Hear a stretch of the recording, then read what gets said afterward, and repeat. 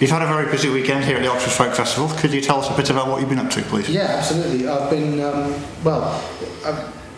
it's a very odd one for me because I'm at home, so it's not like any other folk festival for me. It's I know how to get to the car parks and how to look it up on maps, and so yeah, yesterday I didn't have anything, which meant I came and doing the festival, watched all the dance displays, saw a couple of concerts, saw Lau, saw Faye's gig, which is very good. Sam and John. I've now seen John Boden twice. The first two times I've seen John Boden is with the Remnant Kings and with Faye. It's the first two times I've ever seen him play without me being on stage with him. It's great. Absolutely. But I learned how difficult it is actually standing up for an entire gig if you're sort of not concentrating on something else. It really hurts your back, so I'm sorry to everyone for that.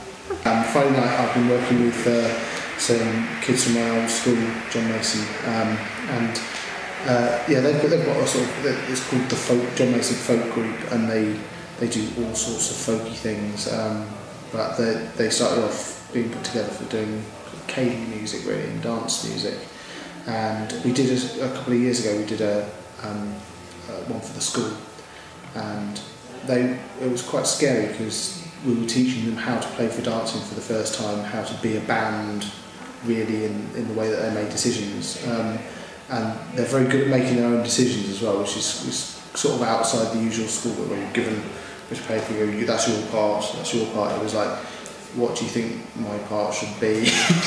You tell me what to play, and I'm sort of, when I play with them, I'm like just one of the band, so it's really good.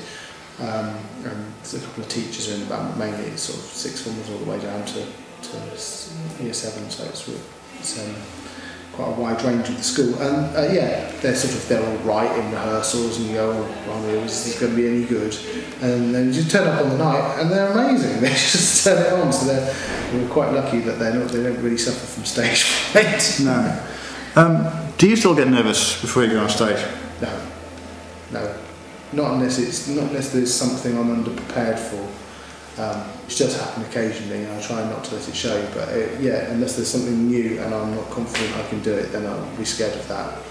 But it's I don't know what it is with music. I used to be the world's worst person at going in front of anyone. I remember at college I had some sort of public, just to my own class. I had to stand up and present something, and I can remember the sort of icy cold feeling around your chest and the adrenaline coursing through, and I never ever had that playing music and doing the talky bits in the middle. You end up using inane banter to hundreds of people at once, and it's really easy. It's really, I don't know why, the music just sort of breaks it up for me.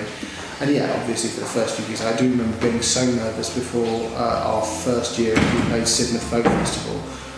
We were supporting Brass Monkey as the duo, and that was, we hadn't really done anything on that scale before. It was the whole hand marquee, and I was so, either I had food poisoning or I had so much adrenaline that I got adrenaline poisoning and I felt really sick, so I don't know what it was. But yeah, it hasn't really happened since. Do you tailor your set for a festival audience at all? Yes, every time. We tailor every set to every audience, really.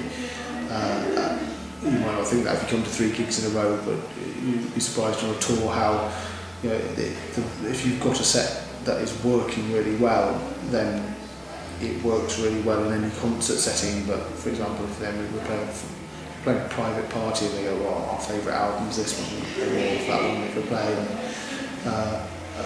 To a seated down audience, then you play stuff that people want to get into the words a bit more. You play dance sets for the dancier things, and you tailor everything to every gig. That on audience reaction, how much do you change it during the set? Not a lot. In the set, if we think we've misjudged it, normally it's timings. If we've been playing really sort of from the set list all the way down, and then we give ourselves, say, 2 tune sets in a row so that you can take one out. So we normally have to take stuff out rather than add stuff in. Occasionally we'll say, we don't do stuff that's that politically incorrect, but occasionally we'll go, hang on, we're playing to Greenpeace, maybe we shouldn't do that hunting song or something like that. And you're about to head off on tour? Yes, I'm officially on tour, in fact. But as I say, it doesn't feel like it because I'm going home tonight. Yeah, we've got 3 weeks coming up. It's brilliant actually because we've toured so much with Bellowhead, and we started off the year doing the Tacit Ensemble pieces, which was a totally different ground again. The Tacit Ensemble was hard because it's different from what we normally do. Bellowhead's just hard, full stop, because it's so many people and everything takes us 11 times as long to do because we're always waiting for someone. And the duos, you just get in the car and go and do it, and it's quite easy logistically. So, and we haven't done a lot of that material for a while, so it's going to be fresh. And we'll work on some new stuff while we're on the road, no doubt. That's how we like to work. Make sure we're on tour, and then we go and practice some new stuff during the days. And with the duo, because we get there a bit quite early, the sound check doesn't take very long. We've got lots of time to practice, so it's when we tend to get practice done.